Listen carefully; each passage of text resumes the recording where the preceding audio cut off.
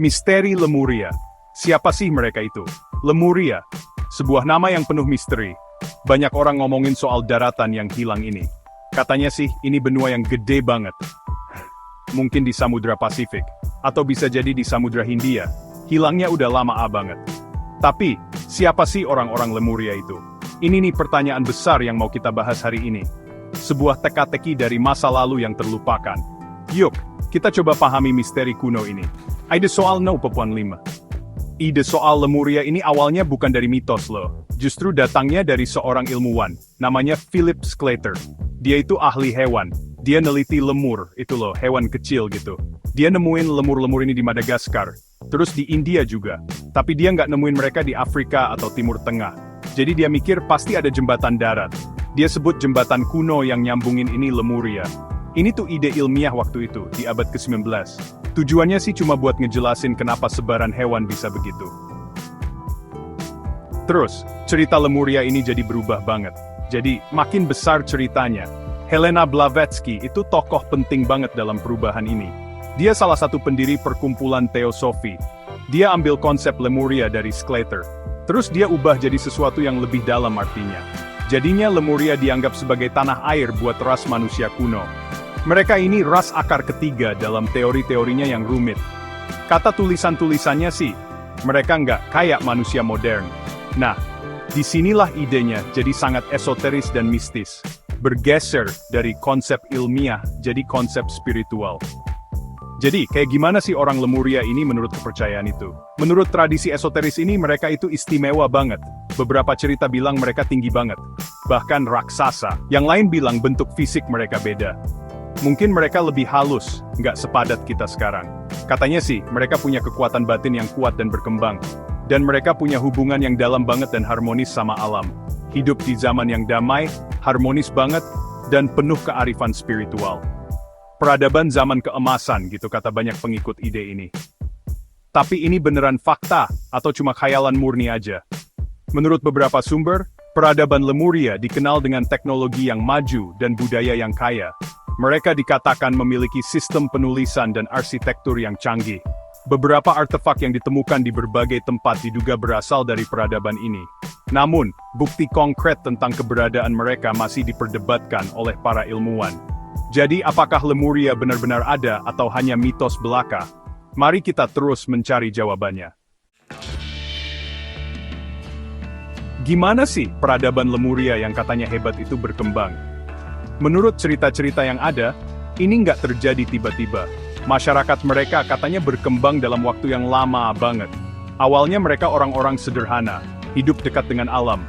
Tapi mereka jadi bijaksana banget dan pemahaman spiritualnya tinggi. Kemajuan mereka itu bukan soal mesin atau teknologi. Nggak kayak kemajuan teknologi kita sekarang sama sekali. Buat mereka, kemajuannya itu lebih ke dalam, ke spiritual. Fokusnya buat memperluas kesadaran dan hidup harmonis banget. Ini inti dari legenda mereka yang kuat dan abadi. Masyarakat mereka beda banget sama kita sekarang. Katanya sih, nggak ada raja, nggak ada ratu, nggak ada presiden, nggak ada tuh susunan kekuasaan yang ribet. Kata pendukungnya, mereka hidup bareng-bareng. Semua orang berbagi sumber daya dan tanggung jawab sehari-hari. Kerjasama, bukan saingan. Itu kunci cara hidup mereka. Rakus, iri hati, sama konflik yang merusak, itu nggak ada buat mereka. Masyarakat yang dibangun di atas kedamaian dan saling menghargai. Kedengarannya kayak impian yang mustahil ya, surga banget. Tapi ya, emang gitu, terus budaya kuno mereka digambarin. Orang Lemuria kayaknya punya pengetahuan yang hebat dan dalam. Mereka ngerti banyak rahasia alam semesta yang dalam. Mereka tahu soal medan energi halus dan kekuatan kristal. Ilmu pengobatan mereka maju banget dan banyak dipraktekin. Beberapa cerita bahkan bilang mereka bisa ngobrol pakai telepati. Seringnya nggak perlu ngomong langsung di antara mereka. Kebijaksanaan yang dalam ini nuntun hidup mereka setiap hari.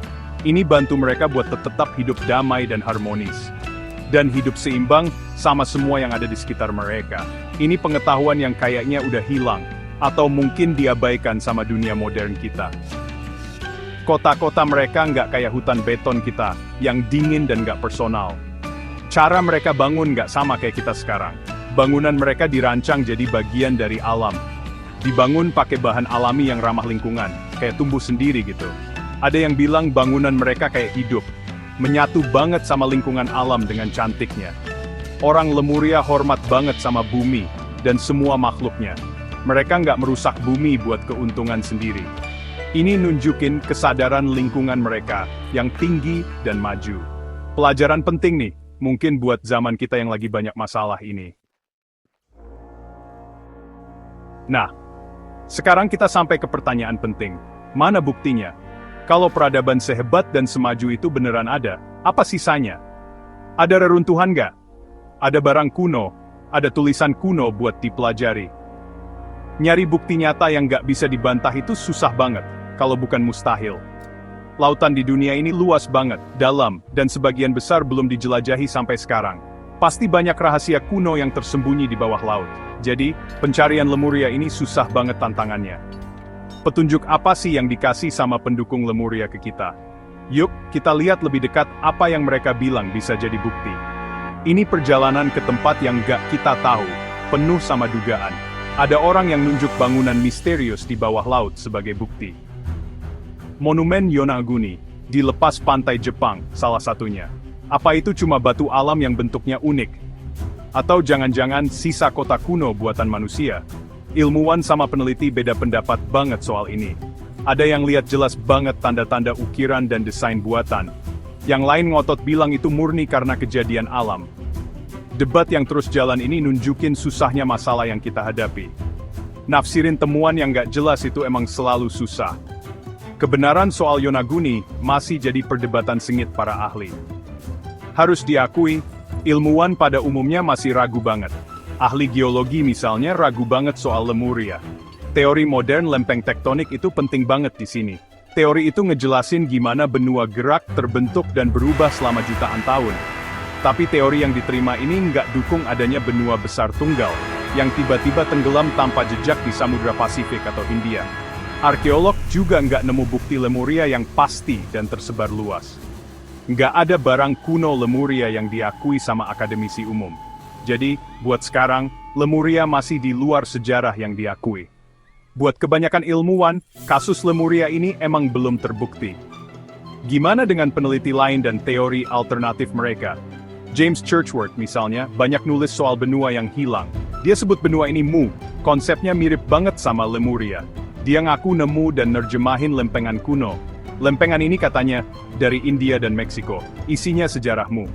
Tapi, lempengan ini kontroversial banget deh. Keberadaan aslinya atau tafsiran Churchward banyak dipertanyakan. Banyak pakar dan sejarawan nggak terima klaimnya itu benar. Jadi teori-teori ini juga banyak diragukan dan ditiulang. Pencarian buat buktiin atau sanggah terus berlanjut tanpa henti. Mitos dan legenda itu punya kekuatan besar yang nggak bisa kita pungkiri. Seringnya itu cerminan harapan, ketakutan, dan mimpi kita yang paling dalam. Cerita Lemuria ini kaya banget sama kisah-kisah kuat kayak gitu. Coba deh lihat Gunung Shasta di California, Amerika Serikat. Gunung yang megah dan gagah ini jadi pusat perhatian banget. Banyak orang percaya itu tempat suci banget buat orang Lemuria. Ada yang bilang keturunan orang Lemuria masih tinggal di sana, tersembunyi di dalam gunung, atau mungkin di dimensi lain. Mereka sering digambarin sebagai makhluk spiritual yang sangat maju, mengawasi umat manusia, sabar menjaga kearifan kuno buat masa depan kita. Ada juga banyak cerita seru soal orang Lemuria yang selamat. Waktu benua mereka yang hebat itu katanya tenggelam. Nggak semuanya tewas dalam bencana itu, kata cerita-cerita. Ada yang berhasil kabur ke daratan lain di seluruh dunia. Mereka bawa pengetahuan maju dan ajaran spiritual mereka. Dan dipercaya mereka mempengaruhi peradaban kuno lain di seluruh dunia. Mungkin Mesir kuno, Maya di Amerika Tengah, atau budaya di India. Ide menarik ini nyambungin banyak misteri kuno yang beda-beda. Satu sumber yang sama buat kearifan dan praktik kuno yang tersebar luas. Tapi ini juga belum ada dukungan ilmiah yang kuat dan pasti saat ini. Jadi, pertanyaan utamanya tetap, Lemuria itu fakta yang bisa dibuktiin atau cuma mitos? Buat banyak orang di dunia, ini keyakinan spiritual yang dalam banget. Ini mewakili zaman keemasan umat manusia yang hilang di masa lalu. Ini jadi sumber inspirasi kuat buat menciptakan dunia yang lebih baik. Pengingat yang menyentuh gimana manusia bisa hidup harmonis beneran, dengan alam, dengan planet ini, dan yang paling penting, dengan sesama. Nggak adanya bukti ilmiah yang nyata dan diterima luas saat ini. Nggak ngurangin arti pentingnya buat mereka. Soalnya buat sebagian orang, kebenaran itu sesuatu yang dirasain dari dalam hati. Bukan cuma sesuatu yang dibuktiin pakai benda fisik atau data. Pada akhirnya, Lemuria tetap jadi misteri yang menarik dan abadi. Teka-teki seru yang terus memikat pikiran dan hati manusia. Awalnya sederhana banget, dari pengamatan teliti seorang ahli hewan. Ide ilmiah sederhana soal lemur dan jembatan darat kuno.